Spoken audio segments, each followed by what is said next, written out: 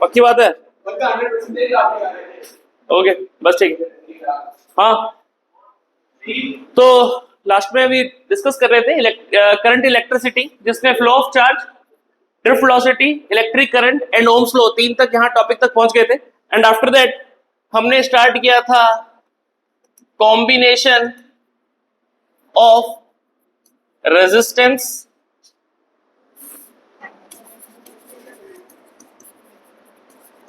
Resistance करने के बाद हमने कॉन्सेप्ट निकाले, या तो वो सीरीज या वो पैरेलल,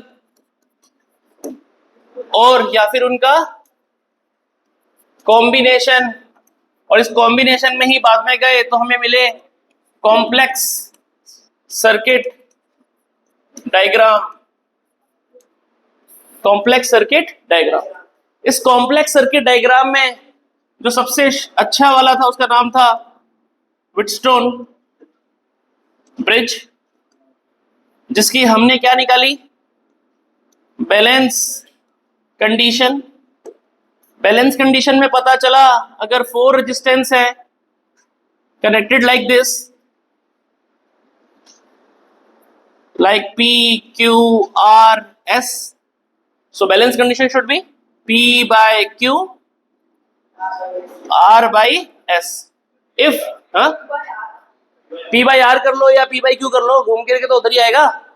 ऐसे जोड़ा बना लो या ऐसे बना लो, एक ही बात है, समझे? उधर शिफ्ट कर लो, मर्जी है आपकी।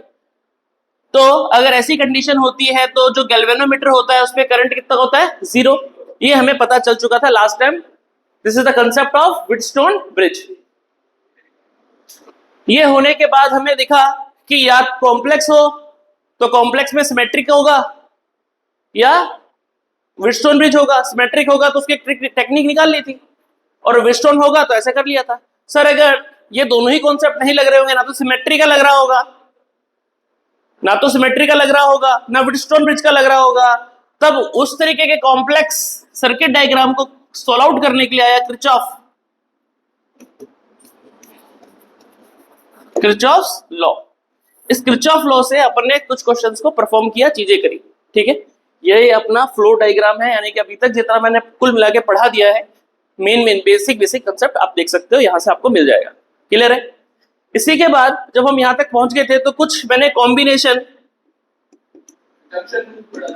Combination of register and capacitor, मैंने इनके भी क्वेश्चन करवा दिया आप लोग के सामने कि अगर कल को रेजिस्टेंस और कैपेसिटर साथ में जुड़कर आ जाए तो किस तरीके के क्वेश्चंस आ सकते हैं, हमने डिस्कस किया कि उसमें कैपेसिटर या तो क्या कर रहा होगा, कंडक्टर की तरह बिहेव कर रहा होगा, या किसकी तरह बिहेव कर रहा होगा, इंसुलेटर की तरह। कब ये कंडक्टर की तरह काम करता है? Initially it behaving like a conductor and after that behaving like a insulator. Okay, study and initial, okay, सब हमने किया। एंड लास्ट के अंदर जो अपना टॉपिक था वेरी टिपिकल, क्योंकि इस पूरे चैप्टर का जो सबसे टिपिकल पोर्शन था वो हमने स्टार्ट किया था EMF, electromotive force, EMF of a cell, EMF of a cell, very important topic, जिसके अंदर हमने समझा कि सर जो सेल आप दिखाया करते थे पहले, उस सेल के अंदर की भी एक दुनिया है। उस सेल के अंदर वाली दुनिया के अंदर हमने देखा कि एक इलेक्ट्रोलाइट्स होते हैं, उस इलेक्ट्रोलाइट्स के अंदर कुछ इलेक्ट्रोड्स होते हैं। The electrodes provide the necessary potential difference by which charges flow from the closed circuit, और किसी closed circuit के अंदर परफॉर्म कर पाते हैं।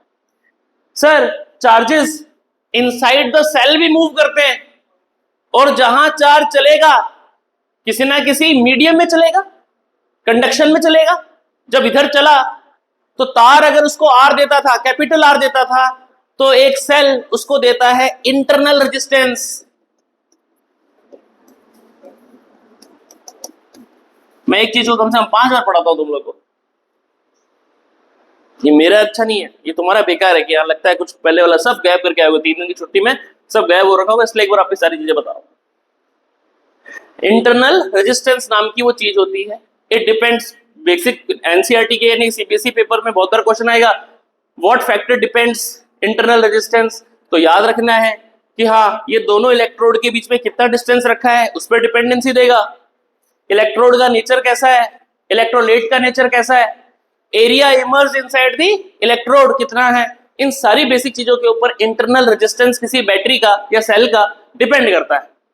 इसको आप देख सकते हो अपनी इन्वर्टर वाली बैटरी से जो आपके घरों में लगी रहती है, उसमें भी आपने देखा होगा एक बड़ा सारा तरह होता है, उसमें लिक्विड भी आप रिफिल करते रहते हैं, इलेक्ट्रोड्स उसमें इमर्ज करते हैं, ये सारी चीजें आपने देखी हुई है अगर घर पे आपके घर पे इन्वर्टर लगा हुआ है।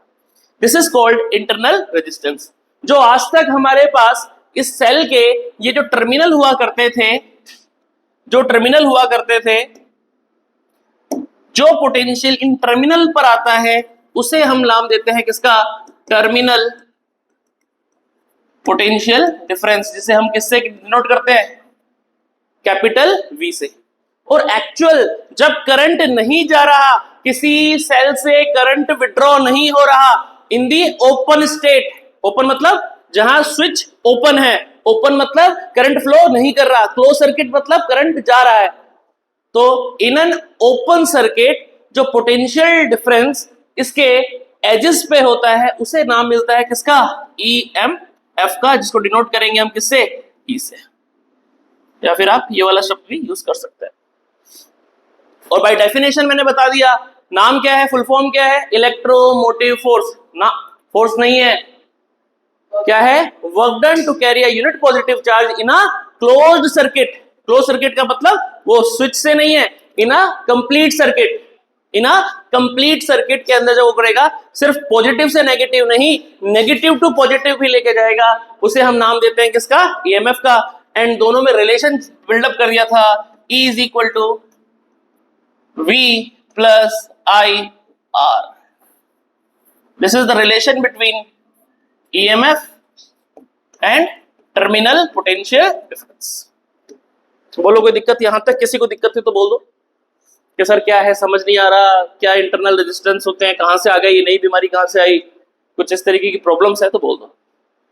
इंटरनल रेजिस्टेंस सेल के अंदर का रेजिस्टेंस की बात हो रही है, जहां सेल के अंदर जब चार्जेस फ्लो करते हैं negative to positive, outside the cell positive to negative, current कहां चलता है, पॉजिटिव टू नेगेटिव, लेकिन सेल के अंदर कहां चलता है, नेगेटिव टू पॉजिटिव, उधर पे EMF काम करता है, इंटरनल रेजिस्टेंस काम करता है। ये सारी बातचीत होने के बाद लास्ट टॉपिक पे हम गए थे, कॉम्बिनेशन ऑफ सेल। इस कॉम्बिनेशन ऑफ सेल में हमने देखा या तो वो सीरीज में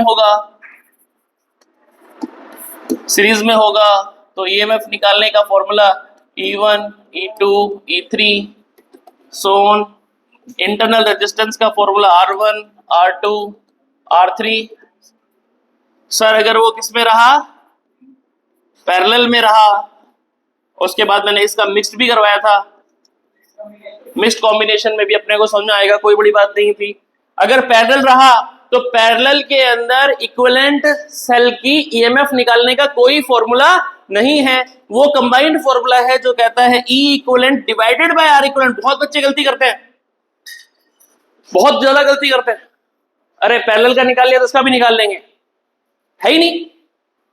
फॉर्मूला पैरेलल के लिए क्या बनेगा, E equivalent divided by R equivalent. इसका formula E1 upon R1, E2 upon R2, E3 upon R3 and so on, and 1 upon R equivalent should be 1 upon R1। तो पेपर में कोई question आया तो कैसे होगा काम, पहले 1 अपॉन R इक्विवेलेंट से R इक्विवेलेंट निकलेगा, फिर पुटअप होगा, फिर फॉर्मूले में ऊपर जाकर क्या निकलेगा, E इक्विवेलेंट। क्या क्लियर है? इसमें मेन ट्विस्ट कहां पे आया था, अगर cell positive negative positive negative positive negative लिखे हो तो सबको प्लस लिखना, पॉजिटिव नेगेटिव, बट एक नेगेटिव पॉजिटिव लिखा हुआ है तो उसका साइन के आगे क्या लगा देना, नेगेटिव। लेकिन रेजिस्टेंस के अंदर ये गलती ना करना, रेजिस्टेंस ऑलवेज एडेड, रेजिस्टेंस हमेशा जुड़ेगा, उसमें कोई दिक्कत नहीं होनी चाहिए, सिर्फ सेल के अंदर क्या लिखना है आपको। आई थिंक ये सारी चीजें क्लियर थी। यहां पर किसी को डाउट है बोल सकता है। कि सर प्रॉब्लम है, चल रही है, चीजें नहीं समझ में आ रही तो वापस बोले, अदरवाइज मैं नेक्स्ट टॉपिक पे जाऊंगा। Very interesting. एंड यहाँ से अपना 11th क्लास का इलेक्ट्रोस्टैटिक का पहला प्रैक्टिकल भी आता है जो अपने लैब के अंदर अपने को करना है। तो अगर थ्योरी आपकी अच्छी रही, थ्योरी अच्छी रही तो प्रैक्टिकल अपने आप अच्छा। फ्रिक्शन आता नहीं है लेकिन फ्रिक्शन के वो परफॉर्म करवा दो एक्सपेरिमेंट में, मतलब ही नहीं होता। तो थ्योरी शुड बी गुड। तो आप लोगों की सबकी थ्योरी अच्छी होनी चाहिए। प्रैक्टिकल का पहला टॉपिक आ रहा है जो आपका पहला प्रैक्टिकल है, तो प्लीज ध्यान से समझना, अच्छे से समझना। जो वेरी फर्स्ट टॉपिक है नाम है मीटर ब्रिज। क्या नाम है? Metre bridge. बहुत ही सिंपल सा कंसेप्ट है, बहुत सिंपल सा कंसेप्ट है, लेकिन अपने आप में टिपिकल है समझने के लिए। मैं सोचूंगा कि आप समझ जाएंगे इजीली। इसकी कुछ जस्ट बनाऊं। सर हमने अभी तक सीखा है कि जब ये रेजिस्टेंस कोई अगर है, उसमें से अगर मैं कोई करंट आई पार करूं, एक रेजिस्टेंस आर, उसमें से जो करंट पास कर रहा है वो कितना है? आई। सो एक पोटेंशियल ड्रॉप होता है, क्या कहते हैं इसको? Potential drop on a resistance due to electric current. What is I R? किसने बोला ये बात? Ohm's law. यानी V is equal to I R. V is equal to I R, सबको पता है, कोई बड़ी बात नहीं सर। थोड़ा सा इसको और समझें। ये रेजिस्टेंस है, रेजिस्टेंस का मतलब क्या? कोई अप्लायंस जो इलेक्ट्रिसिटी को कंज्यूम कर रहा है। और जनरली एक मैंने बात बोली हुई है, हर तार में क्या होता है? आर। अब कुछ रेजिस्टेंस वायर होते हैं, यानी कुछ तो होते हैं सिंपल वायर, एल्यूमिनियम, कॉपर, इनके ऊपर इनका रेजिस्टेंस, रेजिस्टिविटी क्या होती है? कम होती है।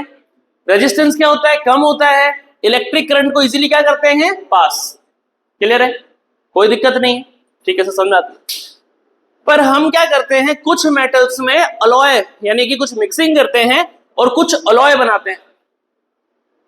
और जब अलॉय बनाते हैं जैसे कि निक्रोम, तो जब हम निक्रोम बनाएंगे तो उसके अंदर क्या डालेंगे? इंप्योरिटीज। इंप्योरिटी डालने से किसी भी मेटल की रेजिस्टिविटी इंक्रीज हो जाती है, रेजिस्टेंस बढ़ जाता है।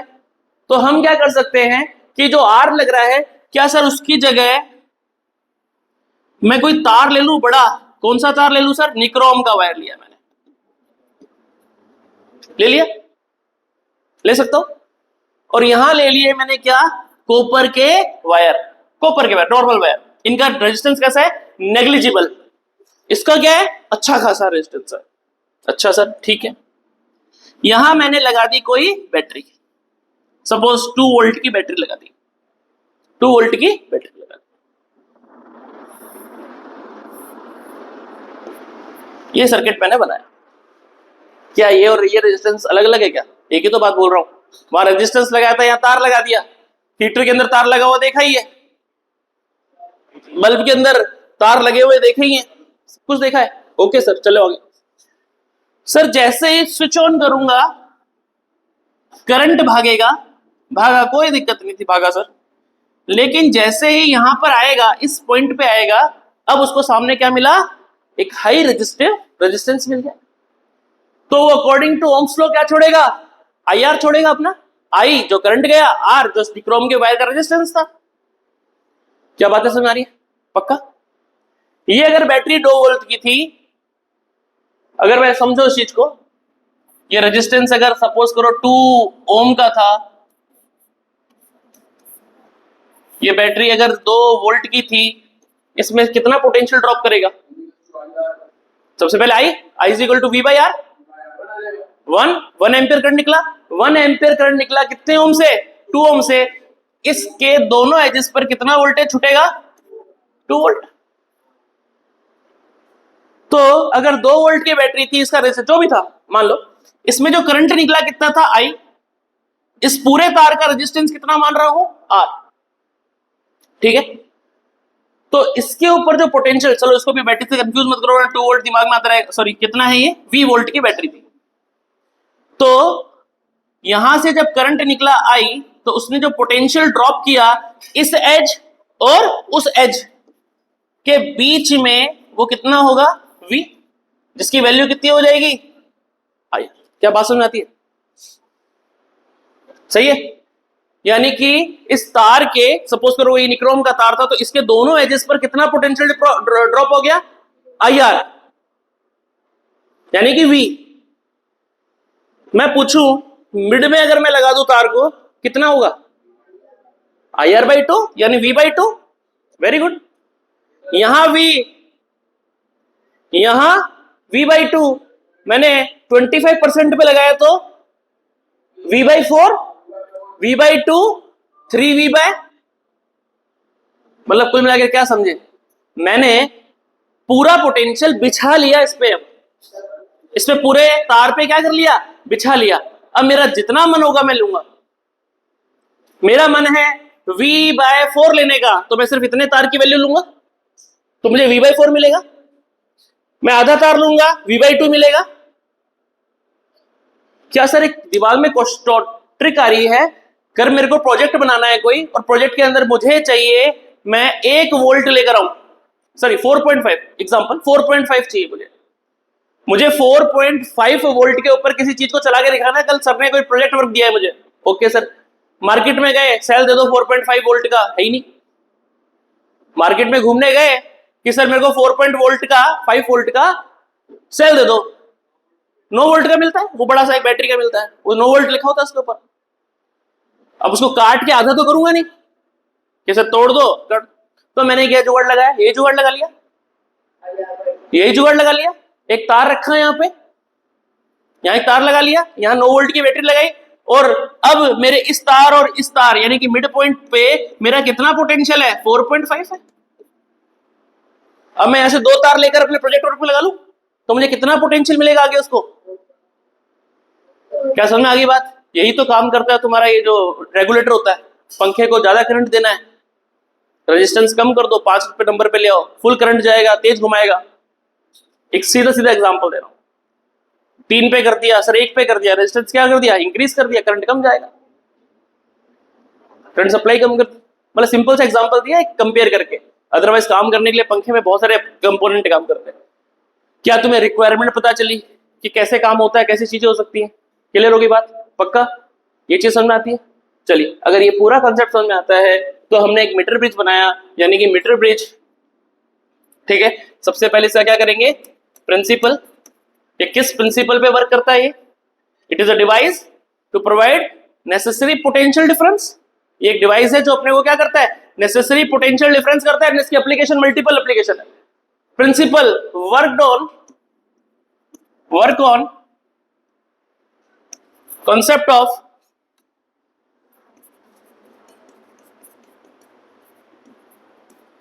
Wheatstone bridge. किस पे वर्क करेगा ये कॉन्सेप्ट, कौन सा इसका, Wheatstone bridge.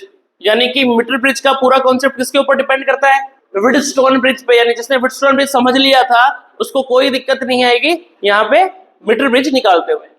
Okay sir, construction कैसे करेंगे?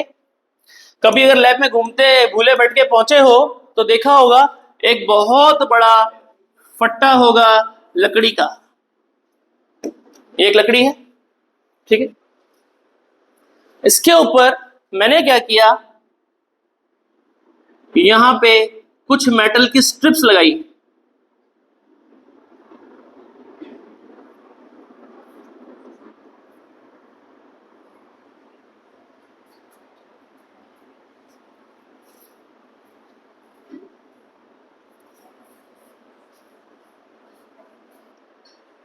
इस मेटल स्ट्रिप पे एक सिंपल तार घुमा दिया। देखो ये मेटल की क्या लगाई है, स्ट्रिप्स अगर आप देखोगे कभी उसके ऊपर, मीटर ब्रिज के ऊपर, तो इतने लोहे के इतने बड़े बड़े होंगे, मतलब लोहे के पतली स्ट्रिप्स है, मतलब उसका थिकनेस कैसी होगी, पतली, लेकिन वो एरिया वाइज कैसे होंगे, ज्यादा एरिया, ज्यादा रेजिस्टेंस कम। छोटे छोटे लेंगे तो इस स्ट्रिप्स का जो लगाई है मेटल के स्ट्रिप्स, इनका रेजिस्टेंस क्या है, ना के बराबर, लगभग कम है, ठीक है। इन्हें मैंने तार से कनेक्ट कर दिया, ठीक है। यहां मैं एक रिक्वायर्ड बैटरी लगा रहा हूं अपनी मर्जी से, बैटरी लगा दी मैंने कितने वोल्ट की, V वोल्ट की। एक बार एग्जांपल V वोल्ट मान लेते हैं, ठीक है, पक्का। यहां मैं चाहूं तो कनेक्शन कर सकता हूं, एक बार के लिए मैं सिंपल कनेक्शन करके दिखा रहा हूं। यहां से मैंने तार को कनेक्ट कर दिया, यहां से तार को कनेक्ट कर दिया, यहां से तार को कनेक्ट कर दिया, ठीक है। यहां तक का तो सर्किट बन गया, क्लियर, समझ में आ गया। बैटरी, दो तार पहुंच गए। मैं क्या कर रहा हूं, इस एज, अच्छा ये जो आपके पास एक बेंच है, यहां स्केल बनेगी आपके पास में, स्केल 1 मीटर की स्केल बनी हुई है, इसलिए इसका नाम भी क्या है, मीटर ब्रिज।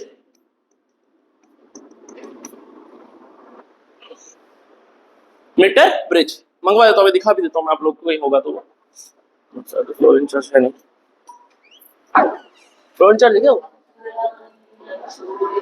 नहीं फ्लो इंचार्ज क्या है वो कहाँ है फ्लो, वो तो बुलाना एक बार। हाँ देखो, इस तरीके से क्या होगी, स्केल क्रिएट हो रखी होगी। एंड यहां मैंने क्या किया, यहां से लेकर यहां तक एक वायर लगा दिया। ये वायर कितने का हुआ, 1 मीटर का वायर लगा दिया। सुना की बात आपको। अब जैसे ही स्विच ऑन होगा, स्विच यहां पे आप लगा लो। अच्छा, और यहां लगाया है मैंने एक नई कंपोनेंट जो आपके दिमाग में डाल रहा हूं, यहां मैंने लगाया है एक वायर।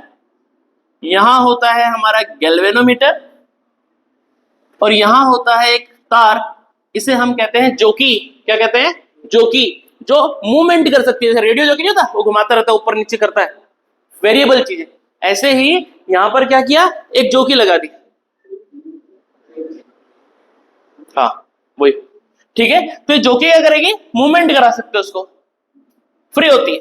आज से तो पॉसिबली एक एक्सपेरिमेंट करवाएंगे, ठीक है। इस तरीके से जोकी लगा दी, मूवेबल, ये मूव कर सकती है थ्रू आउट द वायर। जैसे बता रहा था ना, आधे तार पे लगा दिया, 45% पे लगा दिया, 25% पे लगा दिया, 25 सेंटीमीटर पे लगा दिया, 30 सेंटीमीटर पे लगा दिया, जहां मेरी मर्जी करेगी मैं इस तार को मूवमेंट करवाऊंगा। क्लियर है क्या, कोई दिक्कत नहीं आता, ठीक है सर, यहां तक समझ में आ गई, ठीक है। इसका एप्लीकेशन क्या होता है मैं बाद में डिस्कस करूंगा, फिलहाल एक बार के लिए सर्किट देखो कैसे क्या किया मैंने, बन गया, समझ में आ गया। अब होगा क्या, यहां पे क्या है, एक सेल, एंड ये पूरा का पूरा तार भी किसकी तरह बिहेव कर रहा है, एक पूरे के पूरे सेल की तरह। अरे ये भी किसकी तरह काम कर रहा है, एक सेल की तरह काम कर रहा है। अब क्या होगा, इसका एक रेजिस्टेंस, ये बैटरी है, इंटरनल रेजिस्टेंस भी होगा इसका। ये बैटरी और ये बैटरी अगर बराबर हो जाए, बैलेंस स्टेट हो जाएगी। और ये पूरा वायर क्या है, एक रेजिस्टेंस वायर ही तो है, एक रेजिस्टेंस वायर है। तो सपोज करो, जब यहां से करंट विड्रॉ हुआ पॉजिटिव टर्मिनल से, तो यहां से लेकर यहां तक पूरे तार के ऊपर क्या आ गया, एक पोटेंशियल आ गया। यहां कितना आया होगा, सपोज करो इस तार के ऊपर पूरा पोटेंशियल कितना आया है, V। इस एज पर कितना होगा, 0। यहां कितना होगा, V।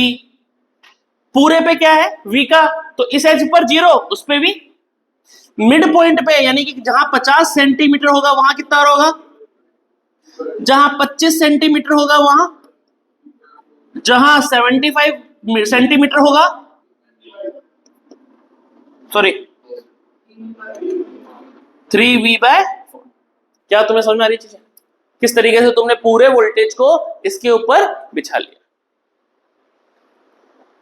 This is the concept of metre bridge. ये कंसेप्ट किसका है, मीटर ब्रिज का, कि आप 1 मीटर तार के ऊपर, मेरी कॉन्सेप्ट के हिसाब से, कि मैंने पूरे V वोल्ट को कितने पे बिछा लिया।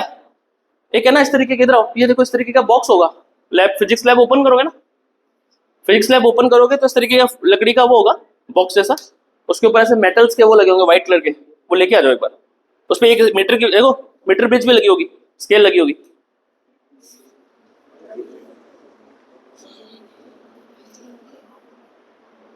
क्या समझ में आई बात आप लोग को, क्लियर है। अब आप क्या कर सकते हो, ध्यान से सुनना। सर ये स्केल है,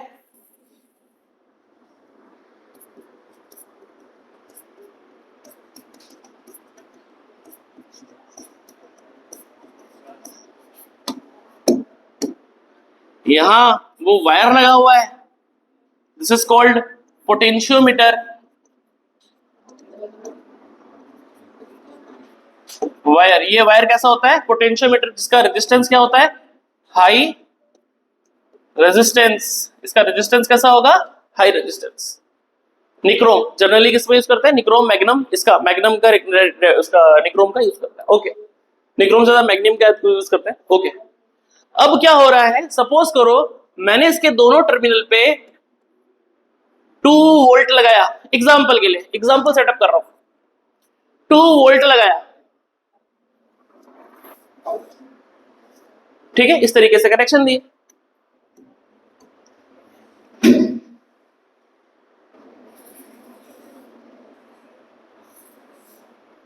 टू वोल्ट लगाया, ठीक है, तो ये कितने का था? 100 सेंटीमीटर का। तो मैं क्या कह सकता हूं? 100 सेंटीमीटर वायर होल्ड कितना कर रहा है? 2 वोल्ट होल्ड कर रहा है। तो 1 सेंटीमीटर कितना कर रहा होगा? 2/100, 2/100 वोल्ट पर सेंटीमीटर।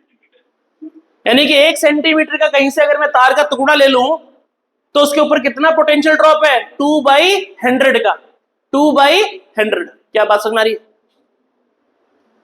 किसी ने बोला मुझे 0 पॉइंट, ये कितना बन गया? 0.002, नहीं सॉरी 1000 हो जाएगा, वोल्ट पर सेंटीमीटर। किसी ने बोला मुझे रिक्वायरमेंट है 0.08 वोल्ट की, तो मैं कितना लेंथ लूंगा इसके अंदर? 4 सेंटीमीटर। तो 4 सेंटीमीटर का कितना हो जाएगा सर? 0.02 इंटू 4 बना 0.08 वोल्ट। ठीक है, क्लियर है? क्या क्या बातें समझ में आ रही है? यानी मैंने क्या किया, एक सेल को मैं कुल मिला के जो समझाना चाहता हूं, मेन जो लॉजिक वाली बात है, वो लॉजिक वाली बात क्या है कि पूरे वोल्टेज को, पूरे सेल के ईएमएफ को हम क्या कर सकते हैं? सिंगल लेंथ पर ला सकते हैं। किसी ने बोला ना मेरा इतने से भी काम नहीं चल रहा, सॉरी, किसी ने बोला मेरा इससे काम नहीं चल रहा, मुझे और चाहिए, मेरे को तो एक्यूरेसी चाहिए। देखो इससे क्या हो रहा है? More accurate, precise. यहां कितने पे गए? 0.02। अब मैं चाहता हूं नहीं, मेरे को तो चाहिए 0.002। कोई बात नहीं, छोड़ो, जाओ। हाँ, क्या हुआ? मुझे क्या चाहिए? 0.002, इतना वोल्टेज चाहिए, इतना प्रिसाइज चाहिए। सर 1 मीटर से काम नहीं चलेगा। अब यहां पे कितना आया था? 100 सेंटीमीटर आया था, क्यों ना 1000 सेंटीमीटर आ जाए? क्यों ना 1000 सेंटीमीटर आ जाए? और अगर 1000 सेंटीमीटर आया तो 2/1000 अगर मैं कर दूं तो 0.002 मिल जाएगा। यानी मुझे 1 मीटर के तार की जगह कितना लेना है? 10 मीटर का तार। और अगर मैं 10 मीटर का तार लेने गया तो लैब में एक बच्चा ही काम कर रहा होगा, एक बच्चा ही काम कर रहा होगा, फिर तो 10 मीटर तक तो एक बच्चा ही बैठा है पूरे पे, मीटर ब्रिज पे निकाल रहा है वैल्यू। तो हम उसके लिए क्या ट्रिक यूज करते हैं? हम यहां पर लगाते हैं 1 मीटर, फिर 2 मीटर, फिर 3 मीटर, फिर 4 मीटर, फिर 5 मीटर, फिर 6 मीटर। बनाते रहो जितने बनाने सेट, जितने सेट बनाने बनाओ। क्या बातें समझ में आ रही है? लॉजिक समझ में आ रहा है दिमाग में? मीटर ब्रिज काम कैसे करने वाला है, पोटेंशियोमीटर कैसे काम करने वाला है, ऑल दिस थिंग समझ में आ रही है? पक्का इजी है, कोई दिक्कत वाली बात नहीं है। चलिए, तो जब ये सारी बातें तुम्हें समझ में आ गई कि किस तरीके से आप सेटअप करने वाले हैं, तो कुछ नहीं करना है आपको। इसको मीटर ब्रिज को बना रहा हूं फिर से। तो मीटर ब्रिज होता क्या है समझ में आ गया आप लोगों को? ठीक है, डायग्राम एक मैंने बनाया, चीजें समझा रहा हूं तब से। अब अगर मैं बनाऊं तो मैं बना रहा हूं एक प्राइमरी सेल,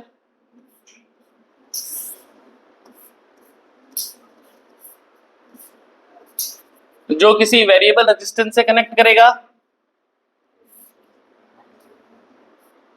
ठीक है, इससे मैं कनेक्ट कर रहा हूं उसी लकड़ी के फट्टे से, जिसमें पहला रेजिस्टेंस है R, दूसरा रेजिस्टेंस है X, this is the very important application of a metre bridge to calculate the resistance of a given wire. एक वायर का टुकड़ा दूंगा प्रैक्टिकल के अंदर, ये टुकड़ा ले, इसका रेजिस्टेंस ढूंढ। क्या होगा प्रैक्टिकल?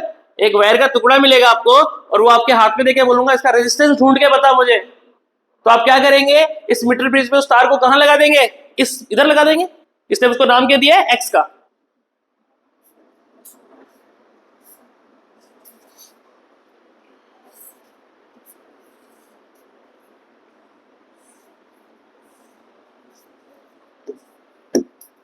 इसे क्या कहते हैं? वेरिएबल रेजिस्टेंस और रेजिस्टेंस बॉक्स। वेरिएबल रेजिस्टेंस वो देखा होगा आप लोगों ने 10th क्लास में जब ओम्स लॉ पढ़ रहे होंगे तो इस तरीके का सिलेंड्रिकल टाइप का था, उससे मूवमेंट करके रेजिस्टेंस को प्लस माइनस कर सकते हैं। ये तो वही है, रियोस्टेट कहते हैं इसको, रियोस्टेट। सेल हो गया कितनी वोल्टेज का? V का। समझ में आ गई? इसका रेजिस्टेंस कितना है? R, इसका कितना है? X। यहां पर एक वायर लगा रहा हूं, हाई रेजिस्टिव वायर, जो कितने का है? 1 मीटर का।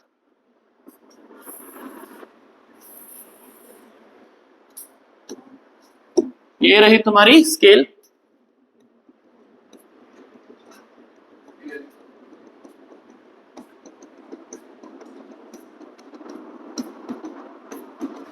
ठीक है, मुझे इसका क्या निकालना है? रेजिस्टेंस निकालना है। ध्यान से सुनते रहना।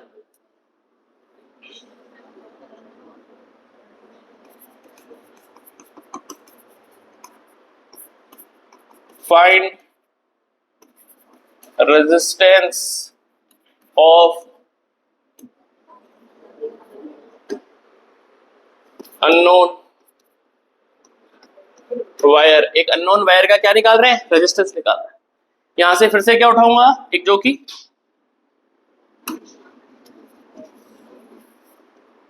और इसकी क्या है? की है। जहां मन करेगा वहां लगा लूंगा। क्या बात समझ में आ गई? This is the circuital diagram of metre bridge. ठीक है, इस पूरे के तार की लंबाई कितनी? पूरे तार की लंबाई कितनी है?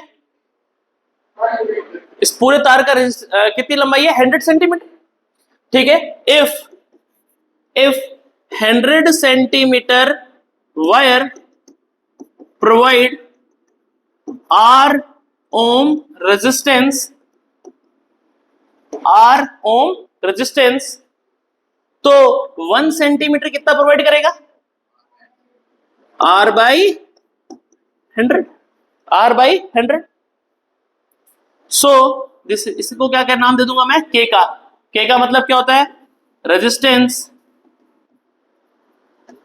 Per unit centimetre. K दे दूं, कोई कांस्टेंट K दे दूं?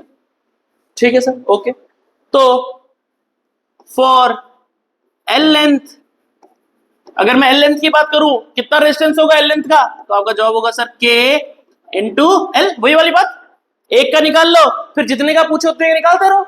तो अगर मैं पूछूं कि L लेंथ का कितना रेजिस्टेंस होगा, तो K per unit into L। Okay sir, यानी अगर मैंने इस जोकी को यहां टच किया है, इसकी लंबाई कितनी है? L, तो इसकी कितनी हो जाएगी? 100 माइनस L। अरे 50 अगर मैंने लिया तो पीछे कितना बचेगा? 50। यहां मैंने 75 ले लिया तो पीछे क्या बचेगा? 25। 1 मीटर का तार है पूरा। तो ये मैं बैलेंस कंडीशन ढूंढूंगा कैसे? देखो ध्यान से, ये रहा जो कि मैंने यहां लगा दिया। कहां लगा दिया? यहां। ठीक है, ये रेजिस्टेंस कैसा है? कम। तो करंट कैसे जा रहा होगा? हाई, इधर इस तरीके से जा रहा होगा, इस तरीके से घूम रहा होगा। सपोज करो एक्सपेरिमेंट कर रहा हूं मैं, ध्यान से सुनना कैसे बैलेंस होगा। यहां से उठाया, यहां लगाया, ठीक है, यहां लगाया तो रेजिस्टेंस कैसे? ये हाई था, तो क्या करेगा? करंट यहां जा रहा होगा, तो जोकी के अंदर क्या लगा हुआ है? गैल्वेनोमीटर, वो रीडिंग देगा इस तरीके से, यानी करंट जा रहा है। बैलेंस तो है नहीं, करंट चल रहा है। मैंने गुस्से में आके सीधा यहां लगा दिया, देखा ये सेल की तरह काम कर रहा था, तो ये हाई सेल हो गया, ये करंट उल्टा फेंकने लगा। तो पहले जो कि ऐसे दिखा रही थी, अब जो कि ऐसे दिखा रही है, ये भी बैलेंस नहीं है। फिर मैंने कहा धीरे धीरे काम करते हैं, तो फिर मैंने जोकी को यहां पकड़ा, धीरे धीरे धीरे मूविंग कराया। तो पहले यहां था, धीरे धीरे मूविंग कराया, मूव कराया, मूव कराया, मूव कराया, मूव कराया। एक टाइम पे आकर क्या हो गया? रुक गया। कौन सी कंडीशन? Balance condition. जब यहां पे लाने के बाद करंट जोकी से जाना बंद हो गया, तो जो रेजिस्टेंस इसका था वही रेजिस्टेंस इसका होगा, इसका अपॉन इसका रेशो, इसका अपॉन इसका रेशो। क्लियर बात? तो सर हम कह सकते हैं apply at balance point, at balance point apply Wheatstone bridge condition. तो ये तो मुझे पता था R, ये मुझे नहीं पता था, तो सर क्या लिखूंगा KL। सही है, KL। X का मुझे निकालना है, ये तो मुझे पता ही है, पीछे रीडिंग कितनी 100 माइनस L के, बिल्कुल। तो X बराबर क्या निकल के आ गया 100 माइनस L अपॉन L। क्या इस टेक्निक से तुम्हें मैं कल को कोई भी रेजिस्टेंस दूंगा निकाल लोगे? सर कुछ नहीं करेंगे, सेटअप पड़ा ही है, यहां पे अपनी मर्जी से लगाएंगे। क्या रियोस्टेट, मर्जी से 2 वोल्ट 2 ओम 4 ओम मुझे पता होगा, ये वो आप जो तार दोगे मुझे वो मैं यहां पे कस दूंगा, लगा दूंगा। उसकी चाहे लंबाई कुछ भी हो मैं दे दूंगा, मर्जी से काटूंगा, मर्जी से पेचकस से काट के पकड़ा, ढीले पकड़, इसका रेजिस्टेंस निकाल के दिखा। तुम्हारा काम क्या होगा, यहाँ पे उसको कस दो, तो यहाँ पे जोकी लगाई, जोकी को क्या करेंगे मोमेंट, जहां बैलेंस आ गया, जहां बैलेंस आया उसकी यहां से रीडिंग पढ़ लेंगे कि बैलेंस कहां पे आया था 35 सेंटीमीटर पे आया, 35 सेंटीमीटर पे। तो एल की वैल्यू कितनी रहेगी, और बाकी बच्चे 100 माइनस 35 65। ठीक है, तो कह रहा था मान लेता, ठीक है पक्का। क्या समझ में आई क्या चीजें? This is first application, very first application to find resistance of a unknown wire, resistance of a unknown wire. बोलो कोई दिक्कत है तो किसी को?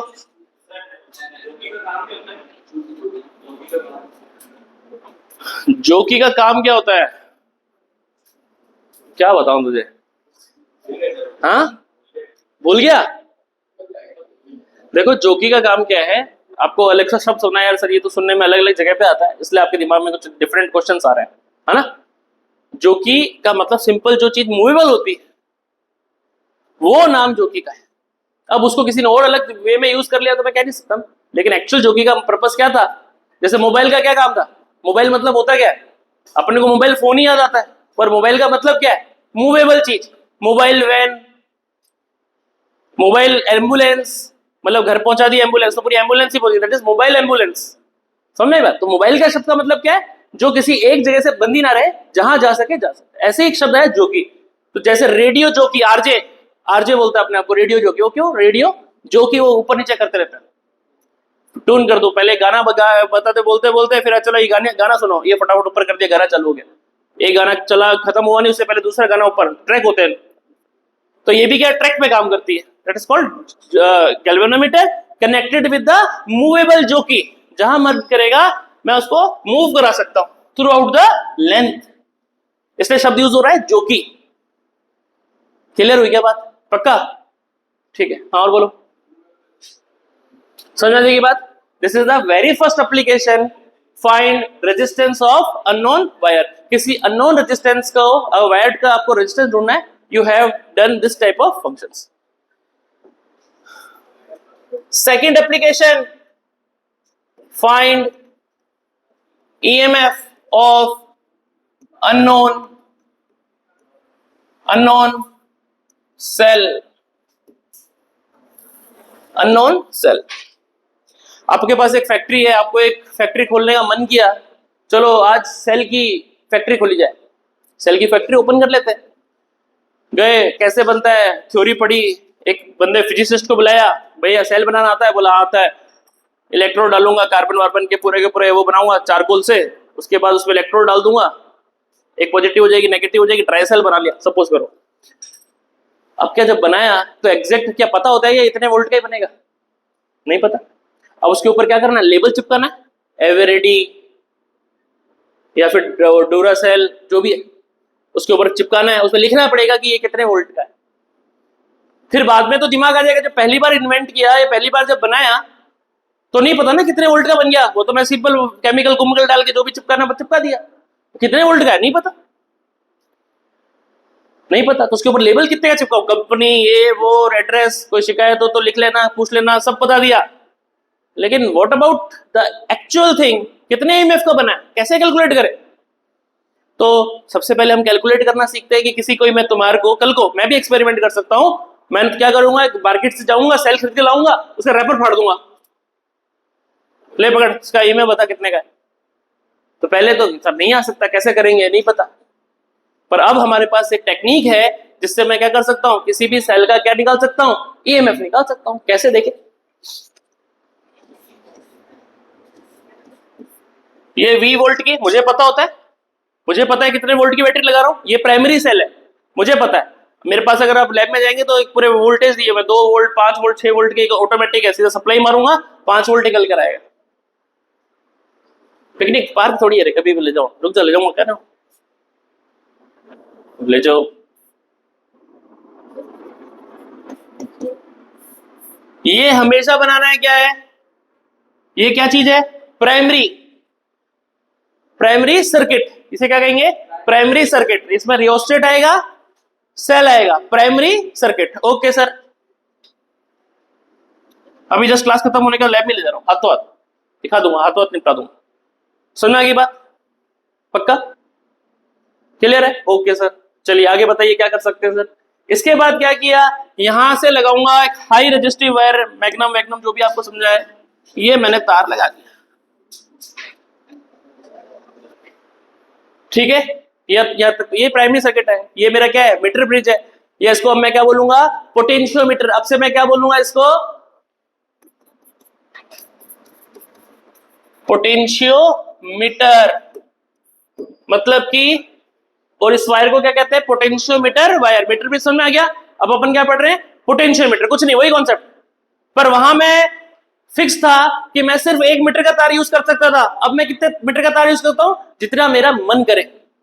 मैं चाहूं तो 2 मीटर तार ले सकता हूं, यहां पे 5 मीटर ले सकता हूं। सर मैं तो 3.5 लेना चाहता हूं, हमेशा दिक्कत है मेरे को तो। अरे लेना तो 4 ले लेना, 3.5 तक की रीडिंग निकालना, कौन मना कर रहा है तेरे को? अरे 4 मीटर का तार ले लेना, रीडिंग 3.5 तक की पढ़ना, कौन बोल रहा है तेरे को? जितनी मर्जी उतनी ले, समझ बात, कोई दिक्कत नहीं। चलो ठीक है, this is called potentiometer, this is the primary circuit. Okay sir, ये प्राइमरी सर्किट समझ में आ गया, ये एक हायर रेजिस्टिव वायर है। अब मैं क्या किया, मार्केट से गया और मार्केट से जाकर क्या लेकर आया, एक सेल लेकर आ गया।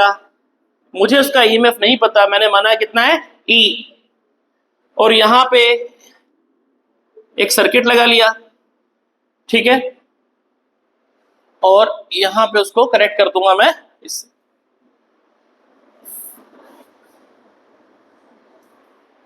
ये अपने पास वायर हो गया, ठीक है। यहां इस बार जोकी कहां लगेगी, यहां, इस बार जोकी किस पे लगी है, इस सर्किट पे लगी हुई है। ये वी वोल्ट था, ये पूरा वी वोल्ट किस पे आ चुका है अब इस पे। तो मैं आपको इस बार कैसे बोलूंगा, पहले रेजिस्टेंस के लिए समझाया था, अब समझाऊंगा। सपोज करते हैं एल लेंथ, पूरी जो लेंथ है इसकी वो कितनी मान रहा हूं, कैपिटल एल। इसकी पूरी लेंथ कितनी मान रहा हूं, कैपिटल एल। तो बोल सकता हूं total length of potentiometer is L. उसकी कितनी लेंथ है, एल लेंथ है। तो total length of potentiometer is L, ठीक है। Potential drop per unit length, per unit length पर कितना पोटेंशियल ड्रॉप हो जाएगा, तो आप बोलोगे सर वही सिस्टम, एल लेंथ पर वी, एल लेंथ पर वी, तो 1 मीटर या सेंटीमीटर पर कितना, v by L, v by L. फिर से इसे क्या मान रहा हूं, के, लेट कर लेता हूं। पहले क्या माना था, r बाई एल, और अब क्या मान रहा हूं, v बाई एल, मर्जी है, एक कांस्टेंट है। वहां बोला था रेजिस्टेंस पर यूनिट लेंथ, यहां बोला है पोटेंशियल पर यूनिट लेंथ। यानी इस पूरे तार पे कितना पोटेंशियल है, v, क्योंकि मुझे पता है v वोल्टेज रुका है तो 0 यहां रुका है, तो यहां पर v रखा है। तो पूरे तार पर कितना बिछ गया है, v बिछ गया। क्लियर है? पक्का? यहाँ पे वो टेप लगी हुई है ना, वो लगी हुई रीडिंग वाली लगी हुई, मैंने बनाई नहीं दोबारा। ओके सर, के आ गई। अब होगा क्या, ये एक सेल है तो ये भी किसकी तरह काम कर रहा होगा, एक सेल की तरह काम कर रहा होगा। एक ये वी वाला है, ये जो मेरे को पता है ये प्रोवाइड कर रहा होगा इसको पोटेंशियल। तो जब मैंने सपोज करो यहां देखिए ध्यान से, इस जॉकी को यहां रखा, इस जॉकी को यहां रखा, इस जॉकी को जब यहां रखा तो या तो ये ज्यादा होगा, तो करंट कैसे फेंक रहा होगा, ऐसे सर्किट में फेंक रहा होगा। सर्किट में करंट कैसे चल रहा होगा, ऐसे। करंट इसने भी फेंका है, करंट इसने भी फेंका है, डोमिनेंस करंट होगा। समझ आ रही बात? तो सर करंट जब जा रहा होगा तो जो कि रीडिंग करेगी कि कौन प्रभावी है, ये वाली, ये सेल ज्यादा, या इसको क्या कर लो, उल्टा लगा लो, इसको नेगेटिव लगा के इसको पॉजिटिव लगा लो, ऐसे कर लो, अब समझ में आ जाएगा। सर यहां से करंट फेंका, अगर ये प्रभावी था तो उससे करंट जा रहा होगा, ये होगा तो ऐसे करंट जाएगा, ये होगा तो ऐसे जाएगा। सर्किट में करंट अगर ये ज्यादा है तो ऐसे करंट फ्लो करेगा, ये ज्यादा है तो ऐसे करंट फ्लो करेगा। तो सपोज करो जॉकी को मैंने यहां लगाया तो ये ज्यादा है, इस बैटरी का ये पोटेंशियल ज्यादा हो जाएगा। समझ रही बात? तो ऐसे में क्या होगा, ये अगर ज्यादा है तो करंट ये डोमिनेंस ज्यादा दे रहा होगा, तो मैं इसे क्या कह सकता हूं, V जो है वो बैलेंस हो रहा था, V जो था वो बैलेंस हो रहा था तुम्हारे कितने से, KL से। ठीक है, इसको लगाया जाओ तो जो इसकी आ रही है पोटेंशियल, जो एक तो KL से पूरा जो पूरी लेंथ के ऊपर आ गया था, K into total L, this is equation number first. ऐसे ही जब मैं इस सेल को लगाऊंगा तो एक L के ऊपर ये आगे क्या हो जाएगा, बैलेंस। ना तो अब ये डोमिनेंट रहा ना ये डोमिनेंट रहा, क्योंकि अब दोनों के दोनों एक दूसरे को बराबर सपोर्ट वो कर रहे हैं, अपोज कर रहे हैं, दोनों करंट बराबर आ गए। तो उस वक्त उस लेंथ के ऊपर ये करेगा, करंट रीडिंग कितनी देगा, 0 दे देगा। ये डोमिनेंट तो करंट ऐसे, ये डोमिनेंट तो करंट ऐसे। लेकिन एक समय तो ऐसा आएगा जब दोनों बैलेंस हो जाएंगे तो जॉकी में करंट जाना क्या हो जाएगा, हो जाएगा। तो at balance condition, at balance condition जो हमारा EMF E था वो बैलेंस हो गया किसी K इंटू L 1 पर। ये लेंथ कितनी मान